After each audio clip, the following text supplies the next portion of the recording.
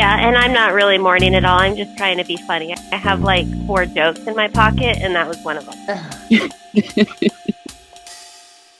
Hey y'all, it's LJ here, owner and founder of Smart Moms Plan Disney and Smart Moms Travel. We are so glad you're here for another episode of the Smart Moms Plan Disney podcast. Now, here's your host, Allie. Hey everyone, welcome back to another episode of the Smart Moms Plan Disney podcast. I am your host, Allie. Today, I am here with Karla and Becki, and this is going to be really fun today. You know, I'm always saying how excited I am when we have a new episode, and I always am, but we're talking about something we love or something we know we don't love or something at least at bare minimum we know a ton about. And today, it's intentionally different than that. Today, we're going to be talking about what we know so far. We have been preparing and reading and watching everything Disney has provided to us on the travel agent side of our lives to prepare you for Disney's new big change coming, and that is going to be the lightning lanes that are coming at the end of July. What do you guys think of this? I'm in black today, and I wonder if that has to do with a little bit of mourning. Are you mourning Genie Plus? Oh, you guys, are we going to have a moment of silence for Genie Plus like we did the first time for FastPasses? I don't know that I'm mourning Genie Plus. I think Genie Plus came with a lot of stress and anxiety for me. And I do believe that the new Lightning Lane system is going to eliminate that stress factor. I think it brings back some peace to the planning. I think I'm only hypothetically mourning.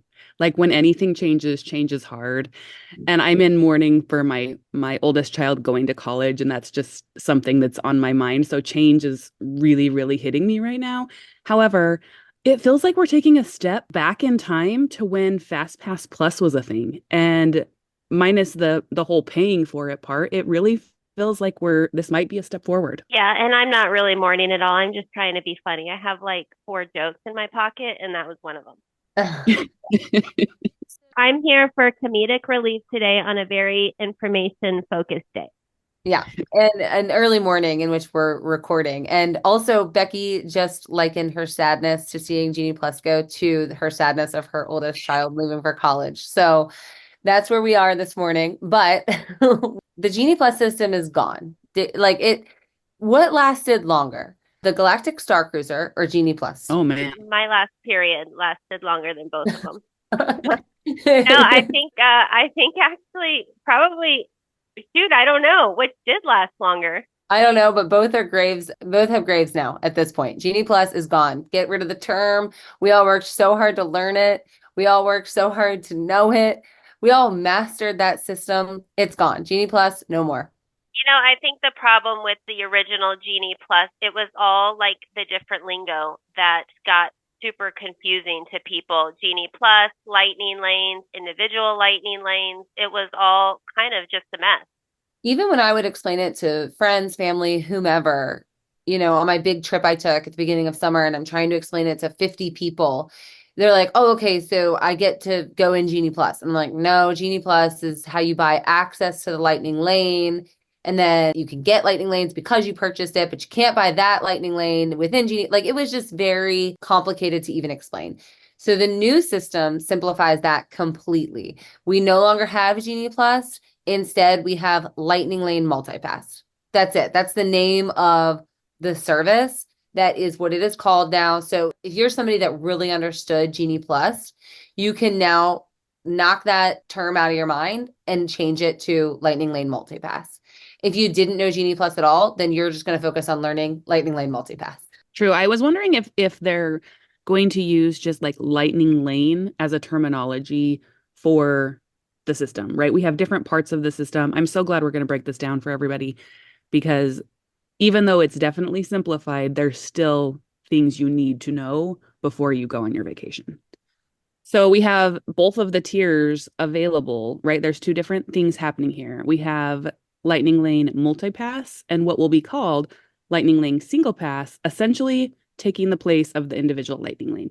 Yeah, no more individual Lightning Lane, just as there is no more Genie Plus. You've got Lightning Lane Multipass and Lightning Lane Single Pass. So everything is a Lightning Lane, and Multipass gives you multiple passes to different attractions, and single pass gives you a single pass onto a single attraction. So much easier to understand, much easier to process in your mind.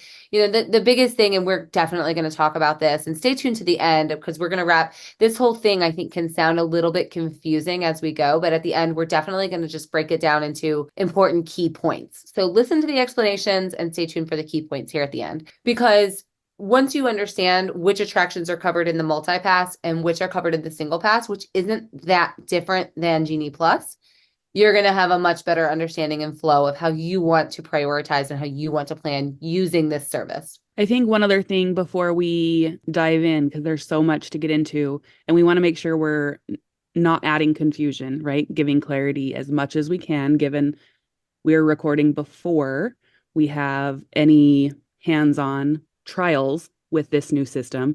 One, this is officially going into place on July 24th, 2024. So anything beyond that, this is the system we're talking. Yeah, July 24th is the day. This is just what we know so far. Here's how you can best understand and start to get this in your mind for the trip you may be planning. Even if you're traveling after July 24th, this is going to be really helpful information. And then we're going to revisit this topic once some of the hosts have had a chance to use the service and really just add some more pro tips and strategies. But this is your how-to. This is your what we know. I think it's going to be great. I'm excited. Lightning Lane multi-pass, Lightning Lane single pass. Those are your two important terms. And one other thing to keep in mind, virtual queues, as we understand it right now, are still going to exist for the attractions that they exist for at Disney World. We're not really talking too much about virtual queues right now today. We're talking about this change to Lightning Lane. However, that is another important factor. So go back and listen to some of our older episodes where we talk about virtual queues, and we'll definitely cover those again on our pro tips episode that covers Lightning Lanes and multi-pass. The other big change, this is the best. This is the good one. Do you agree this is the best? This is the best. The best. Pre-selection is back. You can book these in advance. That is fantastic. Back in the day when we were all so sad that Genie Plus was a thing, you had FastPass and you could book attractions, 3 attractions based on tiered attraction levels before your trip. And it was a huge deal, just like your advanced dining reservation day is a huge deal. I actually would get more excited and anxious for that day. I remember picking those rides was more exciting than picking my meals, right? And then that went away. It's coming back. And I can't imagine how much happier we're all going to feel going in knowing you get 3 rides to book in advance. And we're going to talk a little bit more about how and where. But can you imagine going to the park and having 3 rides already under your belt with a Lightning Lane? Oh my gosh. It's almost like I'm not really wearing black in mourning. I'm wearing black in celebration, like a night on the town, because we're going back to what feels a little bit like FastPass Plus. It's so exciting to have the opportunity going into the park knowing I already have 3 rides that I don't have to stand in that long line for. Yeah, it's great. We're all big advocates for staying on site. And I'm curious because you're locals, both of you. And a lot of times you'll drive into the parks for the day. I, as somebody that doesn't live close to Disney World, I'm always staying on site. I'm always talking on the podcast about how much I love staying on site. Here we have a brand new on-site perk. And this almost makes any money you would save elsewhere worth it to stay on site. Because as an on-site guest, you've always gotten that dining priority window. You've always had the individual Lightning Lane, which is now that Lightning Lane single pass priority. You've always had that as an on-site guest, but now you actually have Lightning Lane's priority selection as an on-site guest at Disney World 7 days in advance of your full trip. You have 7 a.m. in your My Disney Experience account. You can book your first attractions. That's a huge perk. I don't even know. I feel like that might be one of the biggest perks ever because everybody going to Disney is going to be riding rides. This is a departure from FastPass Plus in that FastPass Plus, you got it for free. So the fact we're paying for this is a blessing and a curse in a way, right? You're definitely going to have to include that in your budget for your vacation, which we'll talk more about pricing in a bit. But the ability to get those 7 days in advance and the timeline compared to offsite or annual pass guests is a huge days early perk to getting what you're probably going to Disney for. Yeah, because if you're not staying on site, you have a 3-day selection window and you're going to be looking at whatever people staying on site, day 4, 5, 6, and 7 didn't take. So I'm thinking high demand attractions, those tier ones, things that people really want to ride, are they going to be available on the day that you want them? That feels like the biggest change, biggest perk, biggest excitement for me, and a huge factor when you're determining how you're going to spend your Disney vacation, where you're going to stay, where you're going to put your money. Because you're right, Becki, not everybody is going to be eating a meal at Ohana for breakfast. It's a high demand type situation, but not everybody going is eating there. Most people going want to ride Pirates of the Caribbean. Mm-hmm. Absolutely. So beyond the 7-day, which is awesome, let's get into some of the weeds with what this looks like. So on that 7-day, what are you doing? You are getting to pre-book at 7 a.m., 7 days before your check-in day, 3 lightning lane selections based on what is currently available. Right. And so just like dining, somebody's trip that their last park day is your first park day, they will have already had access to booking lightning lanes that day. You understand what I'm saying there? So it's kind of like a ladder system. So you're always going to have more availability on attractions the farther out your park days are in your trip, right? Because you have 7 days from check-in plus 14 days. That's how long your window opens for you to select attractions.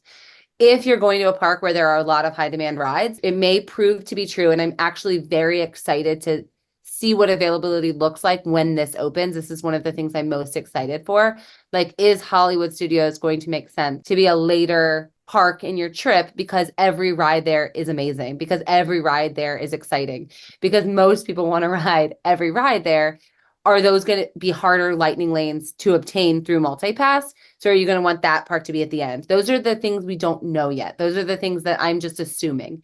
And so it's going to be very fun in those early days, or stressful, depending on if you're traveling in those early days, to kind of see what lightning lanes fill up, what seems to be the high demand, what time frames in the day seem to fill up. But that is kind of what you're going to be looking at. You know what I'm excited about is, and I never thought about how kind of silly or stupid this was before, but this pre-selection at 7 a.m., 7 days out for on-site guests means that on your park day at 7 a.m., you're not having to choose your virtual queue, your first lightning lane, your first individual lightning lane, like we're doing now. Right. When I was at that big trip I've talked about here on the show, you can only have so many people in your friends and family party, right? We were standing around a bed, like 7 of us, with different people in our friends and family party.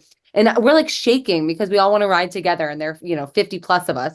And we're, world clock is counting down and it's 7 a.m. and we're all hitting and we're screaming, and somebody accidentally added so-and-so to their party. And I'm like, I can't get it because you have me in your party. And we're like screaming at each other across the bed. I mean, it was a show, but it's not a show I want a ticket to anymore. And I'm so glad we don't have to have it. It's over. Yeah, the show is over, and it's fantastic because I was so amped for our park day at that point. Like 7:10, I had just experienced such an emotional roller coaster, and I was like shaking. But yes, I'm glad that's gone. The pre-selection is going to just add so much clarity to that and to your trip as a whole. And the other thing is, you are going to be able to only pick for one park. So Genie Plus had a more expensive multi-park option than a single park option. So if you were only going to Magic Kingdom, you could buy Genie Plus for whatever it was going for that day. And if you were park hopping, you could buy the Genie Plus park hopper service for a higher amount for that day. That is going away. So multi-pass is multi-pass regardless, but you can only pre-select for one park. Does that make sense? So then once you scan into your park, you're getting access to lightning lanes for the park you're going to hop to, but you cannot do that ahead of your trip.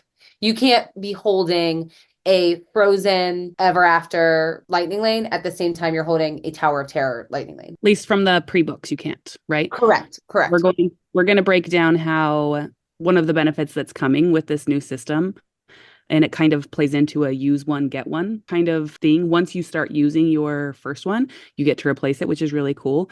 But another thing along the conversation you were just talking about, Allie, there's so many things, and you already took me on an emotional roller coaster listening to you talk about being around the bed. Oh my gosh, it's like you've already ridden Tower of Terror that early in the morning. It was that kind of thrill. I'm not kidding. But not the good kind. The anxiety-driven one. Thank you, Inside Yeah. too, for helping us give words to our to our emotions. Right. Something else that I think is really cool about this is remember when we were talking about paper fast passes, when that was a thing, how much we were kind of all over the park. I feel like Genie Plus kind of did that to us too. We were having to go wherever the ride we wanted to go on was at that time, but now it seems like we're going to have time options, which can really help us strategize. Where are we going to be at this particular time in our day? I was going to say, yeah, that is a great feature that we definitely didn't have before. Before, it was basically you saw what you want and it was like 2:30 was your time slot, but then you would go to select it fully and then it would change to 2:52, which would throw you like in a loop. But if you didn't grab it then, you would likely not grab it for the rest of the day. Yeah, and sometimes it would be like a 3-hour difference. You would click Mickey and Minnie's for 2:15 or whatever you just said, and then when you checked it out, it'd be 4:30. Like it could be that huge of a gap, and you're eliminating that. And what I love about it is, say we all do want to ride Slinky Dog, and a lot of people selected that first as their Genie Plus. And it's like, if you didn't, you weren't riding. And I imagine it's still going to be a very high demand attraction. And we'll talk about the tiers, but not everybody wants to ride Slinky Dog first thing, and with everybody going in and grabbing Slinky Dog at the same time in that old Genie Plus fashion, it was whatever time it gave you. And it could be 4:30 in the afternoon. It could be 9 o'clock in the morning. With this, I feel like things are going to feel a little more zen, because if you do want to ride it at 5 p.m., you're going to get to decide that. Whereas some people do want to rope drop it, and they want it early. And I just think it's going to make it still high demand, but less tensely competitive, if that makes sense. This part that we're talking about now does make me a little nervous about those high-tiered rides that everybody wants to ride. I'm just wondering for off-site guests, because that affects Becki and I pretty tremendously. I mean, I'm going to have to start really committing to my park reservations and planning ahead. And there's no the morning of backing out of my plans if I have pre-selections in place. But really, like, are those high-tiered rides, those ones that everybody wants to ride, are they going to be available 3 days in advance? I hope so. I'm anxious to see. But yeah, I'm definitely nervous about that part. Yeah, it's interesting, especially I think for annual pass holders, because this is, again, what we know so far. We don't know what tier 1 attractions are going to look like 3 days in advance. You're exactly right. And the reason we keep saying 3 days in advance is because all Disney resorts, Swan Dolphin, Swan Reserve, and Shades of Green guests get to do that 7-day pre-selection priority window. All off-site guests, including annual pass holders, military ticket only. So if you're a military family and you're staying at Shades of Green, you're going to get the advanced priority. But if you are staying off-site anywhere else and you just have your military ticket, you fall in this category of off-site annual pass holders at the 3-day in advance selection. What does 3-day mean? Is that 3 days in advance of your ticket? Is it day by day? Is it a window? What does that look like? It's kind of different between the two of those. So if you're staying off-site, you're likely having a dated ticket, meaning you're buying, for example, a 4-day ticket that's going to cover X amount of days, right? Probably 7 days, that you have a 7-day window and 4 days to use it within that 7 days. So with that in mind, you get 3 days advance from the first day of your ticket validity. So when you purchased your ticket, you had to say, this is the first day I plan on using my ticket. And then you have the availability to book up to 4 days of lightning lanes from that first day that your ticket is valid. However, if you're an annual pass holder or a military ticket, you still have to do day-to-day reservations with those particular tickets. And so it really pulls us annual pass holders and military ticket holders, unless you're staying on site, into you have to book 3 days before every single day you plan on going. It's a lot of 7 a.m.s for, and leading right into your trip. Yeah. That's a lot of 7 a.m.s leading straight up into an exhausting trip because you're only starting 3 days in advance. You still, as a military guest or annual pass holder, you still do have to get a park pass reservation. Mm-hmm. And I want to just briefly talk about that because I don't want anybody to get confused.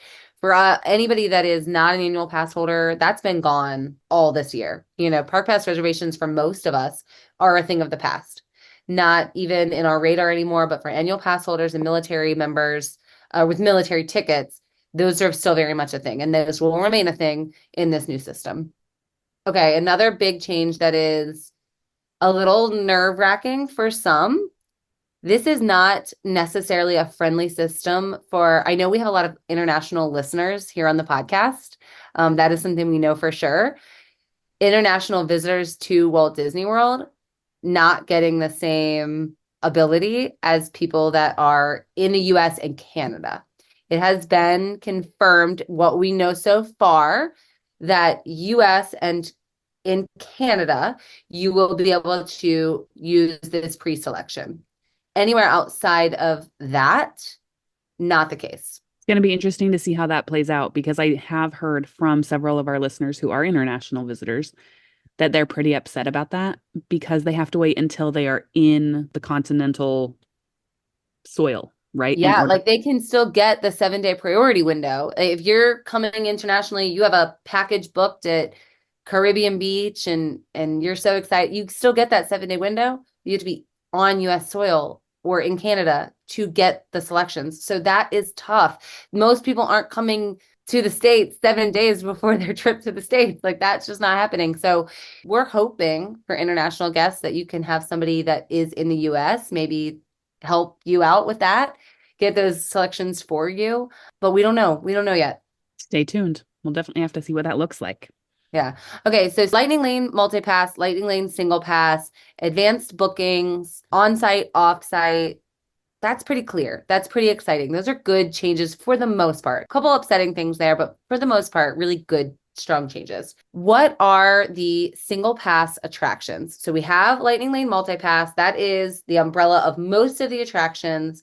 And this is different. I want to say too, if you're familiar with Genie Plus, you used to purchase Genie Plus, and then that purchased the access to make the Lightning Lane reservations. That is not the same anymore. You're not advanced purchasing multi-pass or single pass.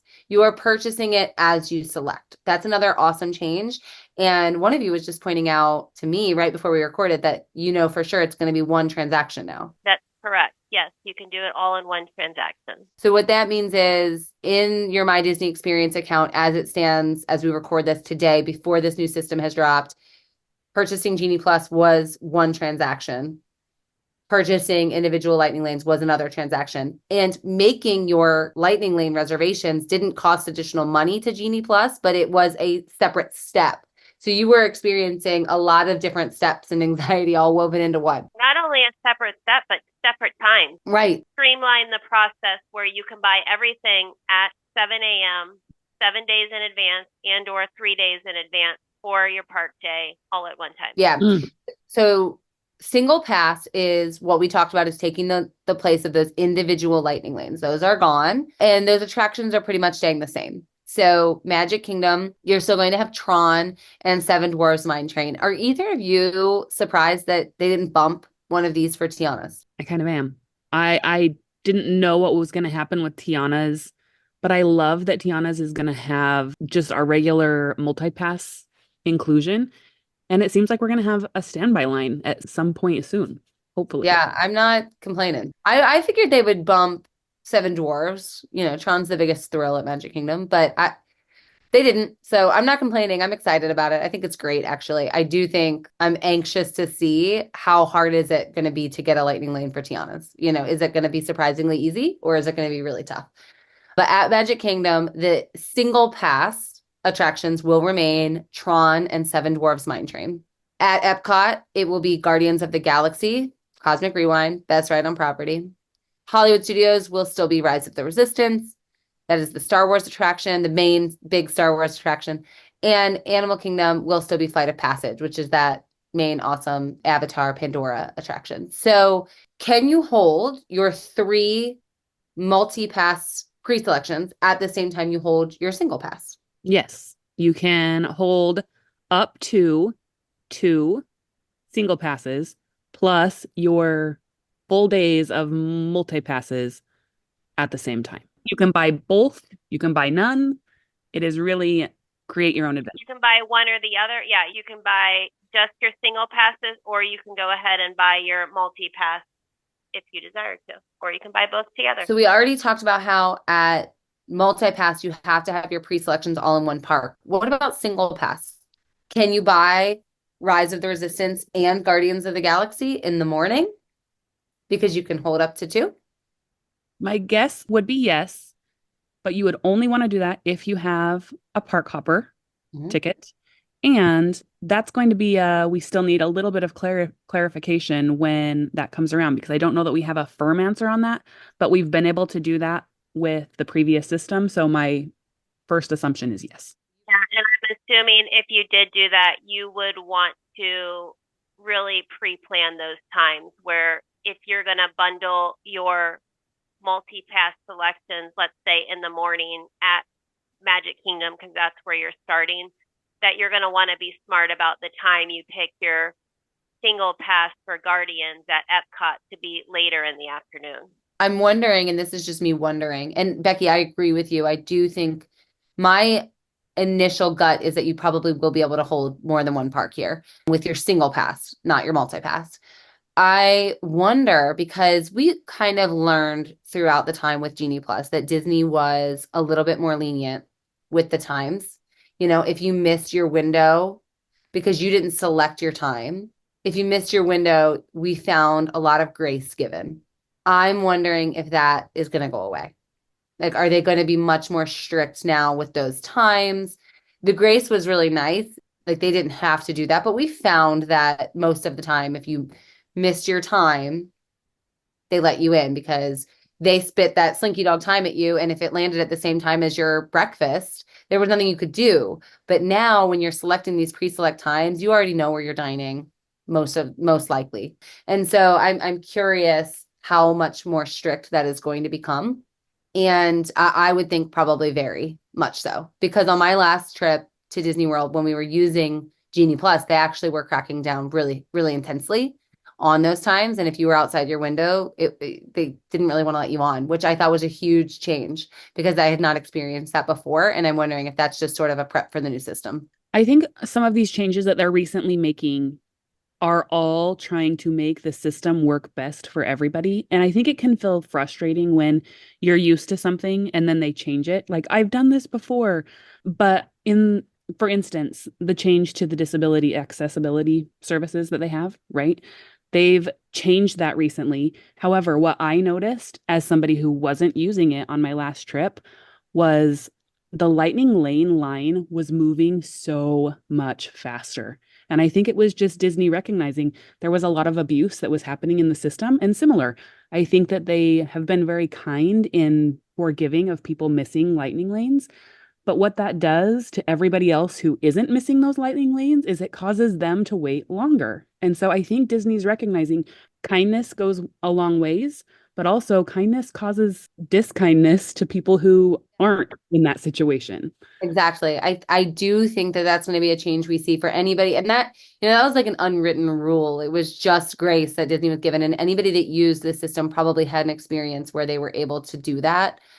I'm really expecting to see that go away. I'm expecting that. You're going to need to really, I think, anticipate to be in your lightning lane at your time frame, which brings me to a strategy really fast before we take a break.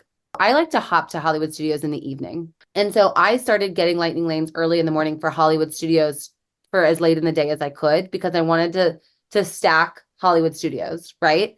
Is that a good strategy? If you're traveling and you're park hopping and you want to go to Hollywood Studios later, and you can only hold one park of multi-pass, you can think that through and you can start picking later times, right? But there's a new piece to that I think is going to probably dampen some people's ideas, because Genie Plus, people got really fond of the ability of stacking rides later in the day.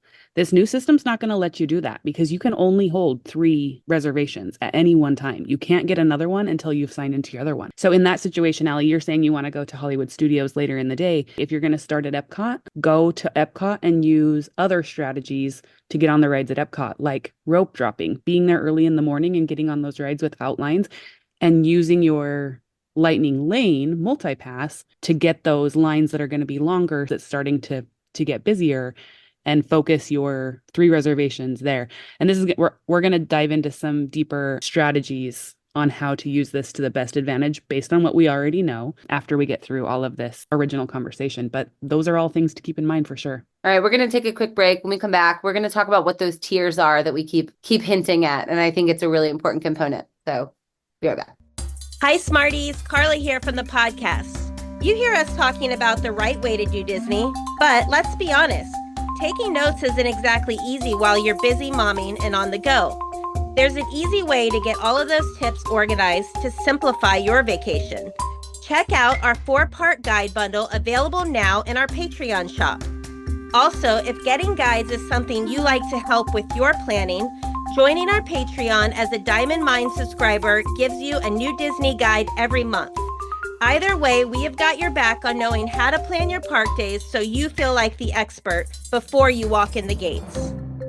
All right, so we are going to really break down now what those tiered rides are. We keep acknowledging that you are going to be able to make selections in tiers. What does that mean? That's a lot like the old FastPass system. They are basically stacked by high demand rides. We already talked about what those single pass rides and attractions were. These are tiers within the multi-pass system. So you can pick 3 of these, but not just any 3. When this comes to fruition here at the end of July, you can pre-book 1 attraction out of group 1 and 2 out of group 2, or 3 attractions from group 2 per day of your trip. So in summary there, you can pick 1 from group 1. You can pick up to 3 from group 2, and you can have 3 total.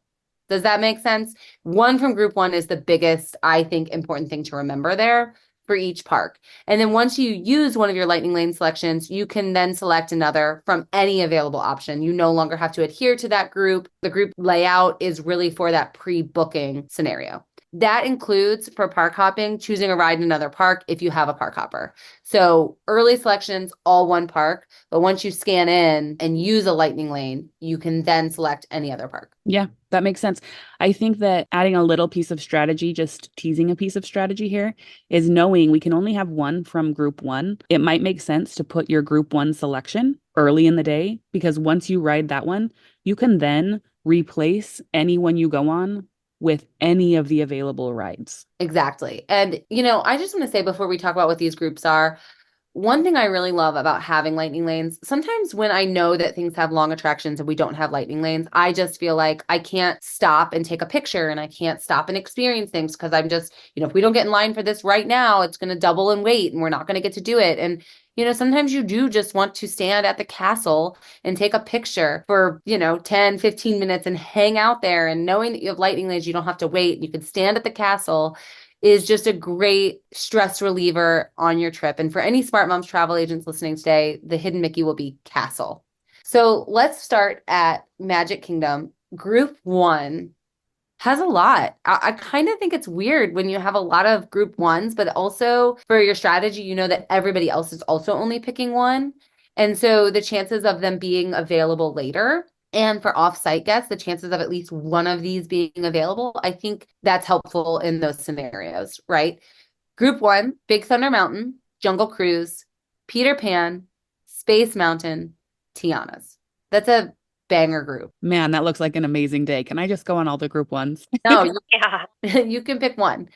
And what would you pick? I mean, I guess I'd pick Tiana's, right? But then I'd be sad because I'd also want Space Mountain. Yeah. That's where then you start strategizing, rope dropping along with your selections. Mm-hmm. Exactly. That's exactly right. Epcot, Group 1, you have Frozen, Remy, and Soarin'. Epcot's tough because you already have Guardians on single pass, and then you have those 3 on group 1, and everything else is just kind of okay. Yeah, and I wouldn't be surprised if Soarin' drops out of that when Test Track reopens, I'm assuming. Or if Test Track just drops into group 1, this is again what we know so far. Yeah. You just join them, Hollywood Studios, group 1, you have Mickey and Minnie's Runaway Railway, Smuggler's Run, Rock and Roller Coaster, and Slinky Dog. Amazing. And Animal Kingdom has none. No group 1 attractions. What does that say about Animal Kingdom? That says Animal Kingdom has 1 really amazing ride And everything else. Everything else. Yeah, because I guess Disney felt they couldn't just put the safari in group 1 by itself because everybody would just pick that. So I guess that made a lot of sense. So again, anything I just said, group one, you can pick one of those in your pre-select per day in one park. To that, you can add 2 out of group 2, or you can choose not to add any group 1 and do 3 from group 2. But these are the group 2 attractions. At Magic Kingdom, you have the Barnstormer, Buzz Lightyear Space Ranger Spin, Dumbo, the Haunted Mansion, It's a Small World, Mad Tea Party, Magic Carpets of Aladdin, Winnie the Pooh, PhilharMagic, the Laugh Floor, Pirates of the Caribbean, Tomorrowland Speedway, and Journey of the Little Mermaid. Tons of attractions. That's a huge list. That's weird. Isn't something missing from that list? I don't know. Carousel of Progress, or is that what you're going for? Yeah, Carousel of Progress. I get paid every time I say that. Yeah, how do you ride Carousel of Progress if you can't pre-select? I think you just walk on. Rope drop. Rope drop. Yeah, please don't do that. Hey, there's some really big headliners in that group too. Haunted Mansion being there, like I feel like those are really awesome to be including them. I mean, granted, both of those rides are pretty much continuously loading rides, and so the line moves fairly quickly. So maybe that's why they chose to put them in group 2. But those are headliners. Everybody that's going to Disney needs to or has heard of probably Haunted Mansion and Pirates of the Caribbean, and those are in group 2. That's pretty awesome. Yeah, and I think both of those are better than Jungle Cruise. So great job, Magic Kingdom. Group 2 at Epcot, you have the Pixar Film Festival. What is that? No, it's the place to go and watch little movies. It's kind of over by Figment. Do not pick that. Don't use your multi-pass there. Do not pick that. If you're going to pick that, you may as well eat at the Rainforest Cafe later in the day. All right. Figment, Living with the Land, Mission Space, The Seas with Nemo, Spaceship Earth, and Turtle Talk with Crush. I mean, not as banger of a list as Magic Kingdom puts up for group 2. In space for me. Yeah. The rest of you are hard past that. Yeah, right. Interesting. Hollywood Studios Group 2, you have the Alien Swirling Saucers, Beauty and the Beast on stage, Disney Junior Play and Dance, Frozen Sing-Along, Indiana Jones Stunt Spectacular, Muppet Vision 3D, Star Tours, Toy Story Mania, and Tower of Terror. Shocking that Tower of Terror is group 2, honestly. Love that it's group 2, and a lot of those are shows. So I can really see, especially Toy Story Mania and Tower of Terror being the first 2 that most people go for. I'd imagine once we get firsthand use, those are going to go pretty fast. I concur. Those 2 are, again, just like Pirates and Haunted Mansion. Yeah. Thank you, Disney. Pretty much the rest in that category outside of the aliens are shows. And so that's my prediction. Again, it's just a prediction. And then every attraction at Animal Kingdom, you can just pick 3. It's a free-for-all because Flight of Passage is in single pass. Covered in multi-pass is the Animation Experience, Dinosaur, Expedition Everest, Feathered Friends Show, Festival of the Lion King, Finding Nemo Show, Tough to Be a Bug, Kali River Rapids, Kilimanjaro Safari, and the Navi River Journey. Prediction there, obviously everybody's grabbing the Safari. I worry about offsite guests with the Safari because, I mean, everybody's picking that, right? I think Navi is a great one to grab there as well, because that can be a really long queue, especially when you know your family's going to be riding on Flight of Passage. And if there are people who are 1, not tall enough, or 2, just don't do 3D rides, or for whatever reason are not going to go on Flight of Passage, plan those times together.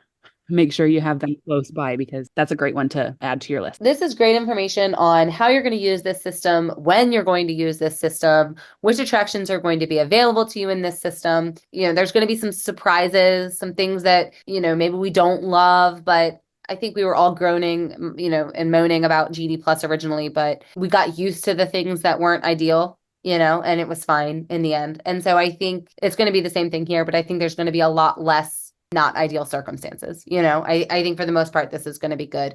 And if you haven't already joined our Patreon community, and if you are a Diamond Mine subscriber there, we give monthly planning guides that really help break down some of the episodes and content that will help you plan your trip even better. We're definitely going to be having information regarding Lightning Lane and single pass and multi-pass and just how it works in cohesion with the My Disney Experience app. Things that you're really going to want to make you even more of an expert than just listening to the show, having the guide companion. So hop on over into Patreon, join us as a Diamond Mine member, and make sure you get those quality guides to make your trip even better. And of course, you can find us on social media at Smart Moms Plan Disney podcast, where we're just going to continue these conversations. We're definitely going to be covering firsthand use of Lightning Lane, single pass, and multi-pass. So make sure you're joining us there if you haven't already. We also appreciate any time you have subscribed, turned on automatic downloads, or left us a 5-star review. Recently, our listener, AED 2009, wrote, Disney Fun for Moms. What sets this Disney podcast apart from the rest is the focus on families and moms. I love hearing their banter, and it makes me so excited for our next Disney trip. Keep the episodes coming. We love that, because if anyone were in our daily text thread, we are constantly bantering and we are constantly being moms. And so if that is coming through on the show, we absolutely love that. Allie, can I interrupt you for a second? Can we just go back to the whole Patreon thing? Because you have options in Patreon, so you could subscribe, which we love our subscribers. They're the ones that are getting the monthly guides. But for those of you that don't want to commit to that subscription, we do have a shop where you can buy these guides. I mean, it's pretty much guaranteed that we're going to have a Lightning Lane multi-pass guide. That is so hard for me to say. But yes, we also have our itinerary guides up there for sale. Like, there's a lot of good information that if you are planning the trip, to just, pay that little price tag for it and get your guides and get ready for your trip. So just a little plug. Absolutely. Because it's worth it. It's worth it to check it out if you haven't already. All right, let's wrap this up. Some Lightning Lane summaries for everybody listening, what we know so far about Lightning Lane. Number 1, make sure your group has everyone linked as friends and family in the app, as well as having your app as up to date as possible. Huge one. If you don't know how to link as friends and family, you got to learn that before. You have to know. You have to know how to look in your friends and family list, because if you have 4 rooms traveling together and your Aunt Sarah is in room 4 and you forgot to link to her and her son, and then you try to make their Lightning Lanes, it's not going to happen. You got to be friends and family in order to select for one another and be in the same scan party. But what a blessing that we can figure out that that's the issue 7 days in advance now.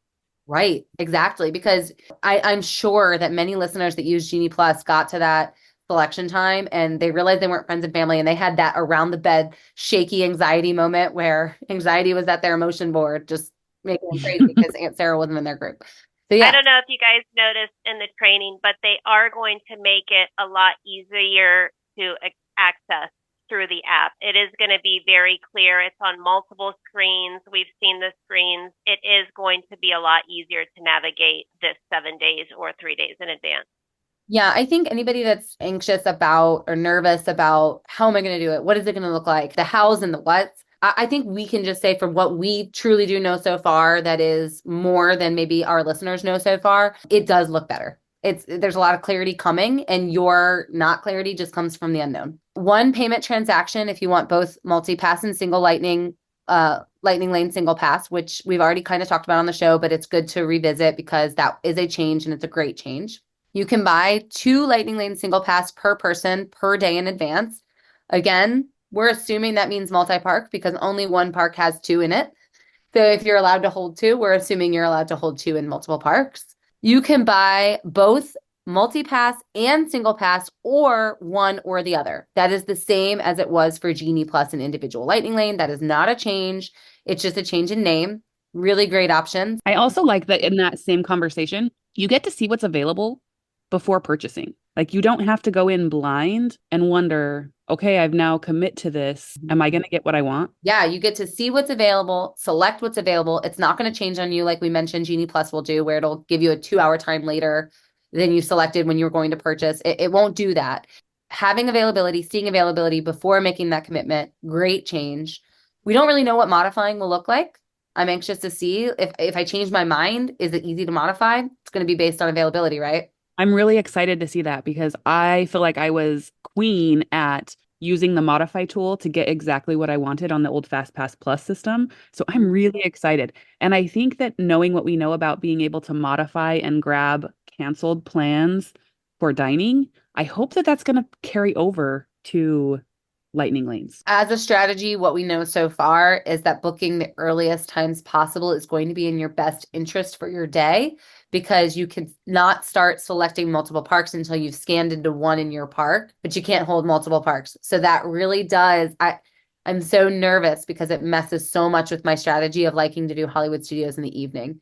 The park with the biggest heavy hitters is the one I prefer at night. I think your strategy would still work as long as you were rope dropping that first part. But again, it's important to know that until you hop and scan in, you get no more lightning lanes. So you might be stuck with 3 for the day and that's it. Like you may not have any available by the time you hop. So that's important. Pricing for multi-pass and single pass will remain the same as it is now under the current system. It will vary by day. So if you're trying to budget this into your vacation, that's going to be really hard to do because we don't know the budget.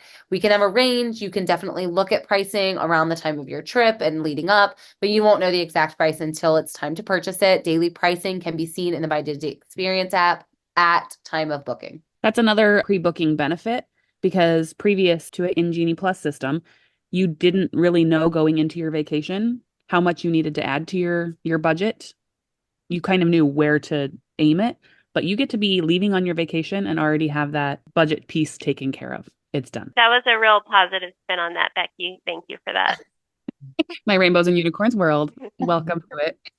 I am, I'm not always the rainbows and unicorns, but I really am trying to spin all of this positively because I do think that it's mostly positive. The no stacking thing is the biggest con in my mind. And we haven't even tried it yet, so we don't even know if it's really that big of a con. But the max 3 booked at one time could be really tough. Of course, that's helpful in keeping availability out there for others. I think overall the changes, I think Disney was watching and listening to Genie Plus negatives, and I think they are working to correct a lot of them. I do think that. You're buying the ability to stack because you're getting 3 rides at once. Yeah. I mean, when we were stacking, how many were we really stacking? 4, 5 at a time. Maybe pros got a little more. It's not going to be that different. And 3 is a lot of rides.